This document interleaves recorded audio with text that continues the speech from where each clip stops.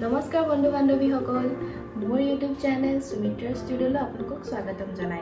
আজি মই লৈ আহিছো অন্য এটা ৰেচিপি আৰু এয়া হৈছে বইল চিকেন উইথ ভেজিটেবলস আৰু এয়া খুব মোৰ ভাল লগা এটা ৰেচিপি আৰু খুব সহজ আৰু সাধাৰণভাৱে তৈয়াৰ কৰা এটা ৰেচিপি।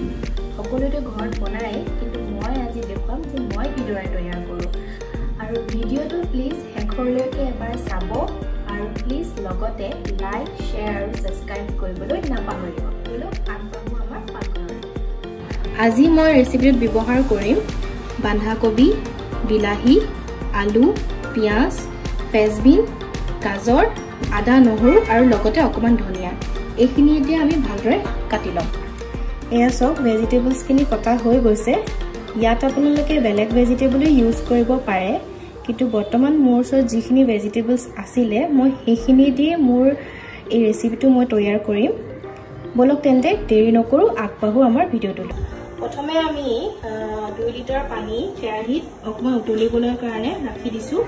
সব উতলিবলৈ আৰম্ভ কৰিছে। মই আপোনাৰ পানী 2 লিটাৰ ইউজ কৰিছো, আপোনালোকে নিজৰ হিচাপত কৰিব পাৰে। আৰু পানীটো উতলিবলৈ আৰম্ভ কৰিয়ে দিছে। এতিয়া আমি ইয়াত চিকেনটো এড কৰি দিম।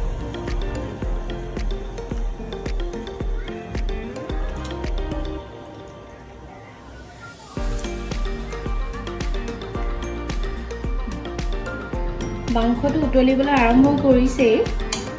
এতিয়া আমি ইয়াতে অকমান নিমখ এড কৰি দিম। মই নিমখ কমকৈ ইউজ কৰিছো। এতিয়া ইয়াত আমি 15 মিনিটৰ কাৰণে আমি ঢাকি ৰাখিম। আমাৰ হৈ গৈছে। এয়া সব মাংসটো তেলটো ওলাবলৈ ষ্টাৰ্ট কৰি দিছে আৰু এতিয়া ইয়াতে আমি আমাৰ যিখিনি পিয়াজ, বিলাহী আৰু আদা নহৰুখিনি আমি ইয়াত এড কৰি দিম।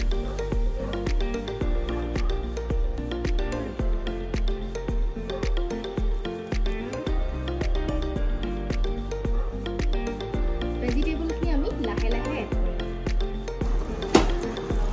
অকমান দেৰি লৰাই আমি আকৌ 10 মিনিটৰ কাৰণে ইয়াক ঢাকি ৰাখিম। 10 মিনিট আমাৰ হৈ গৈছে। এতিয়া আমি মাংসখিনি চাম সব কি ধুনীয়া কালাৰ। এতিয়া আমি ইয়াতে ভেজিটেবলবিলাক এড কৰিম। প্ৰথমতে মই দিম ফ্ৰেঞ্চবিনখিনি, তাৰ পাছত মই গাজৰখিনিও এড কৰি দিম আৰু আলুখিনিও এড কৰি দিম। বন্ধাকবিটো মই অকমান দেৰি কৰি দিম কাৰণ বন্ধাকবিটো খুব সোনকালে সিজি যোৱা বস্তু হয় সেইটো কাৰণে। এতিয়া মই ইয়াতে আকৌ অকমান দেৰি লৰাম, তাৰ পাছত 10 মিনিটৰ কাৰণে মই আকৌ ইয়াক ঢাকি ৰাখিম। 10 মিনিট আমাৰ হৈ গৈছে। এতিয়া মাংসটো সব পানীটো অকমান শুকাই গৈছে। এতিয়া আমি ইয়াতে বন্ধাকবিটো এড কৰি দিম। বন্ধাকবিটো আপোনালোকে কাটি দিবও পাৰে কিন্তু মই এনেকে ডাঙৰকৈ দি থৈ দিলে ভাল পাওঁ। অকমান দেৰি লৰাই দিম।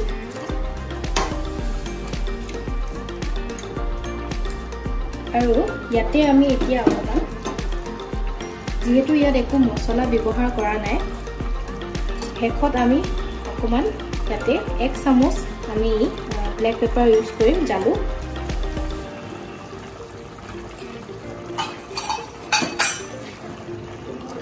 এনেদৰে অকমান দেৰি লৰাই আমি 10 মিনিটৰ কাৰণে আকৌ ৰাখি দিম। 10 মিনিট হৈ গৈছে। সব পানীটো অকমান শুকাইছে আৰু আমাৰ মাংসটো অলমোষ্ট আপোনাৰ ৰেডি হৈ গ'ল। সব ভেজিটেবলটো আপোনাৰ সিজিলে, আলুটো সিজিছে। এতিয়া আমি শেষত ইয়াতে ধনিয়াটো, মই হাতে দিয়ে ধনিয়াটো দি এনেকৈ ভাল পাওঁ কটাৰী কটাতকৈ, এতিয়া আমি দি দিম। এয়া সব মাংসটো আমাৰ ৰেডি হৈ গৈছে। কিমান ধুনীয়া কালাৰফুল। এনেকৈ আপোনালোকে ঘৰত ট্ৰাই কৰিব পাৰে এবাৰ। এতিয়া বলক তেন্তে আমি এতিয়া মাংসটো আমি বইল চিকেনটো সাৰ্ভ কৰোঁ। এয়া আমাৰ ৰেডি হৈ গ'ল। মই নৰ্মেল ভাতৰ লগত আপোনাৰ সাৰ্ভ কৰিছোঁ। এনেদৰে আপোনালোকে এবাৰ ঘৰত ট্ৰাই কৰিব পাৰে। ভিডিঅ'টো চাই কেনেকুৱা পালে জনাব। এনেদৰে মই সহজ আৰু সাধাৰণভাৱে ঘৰতে তৈয়াৰ কৰা কিছুমান ৰেচিপি আপোনালোকৰ লগত শ্বেয়াৰ কৰি থাকিম। তেতিয়াহ'লে আজিলৈ আহোঁ, পুনৰ লগ পাম মোৰ নেক্সট ভিডিঅ'ত। Bye bye.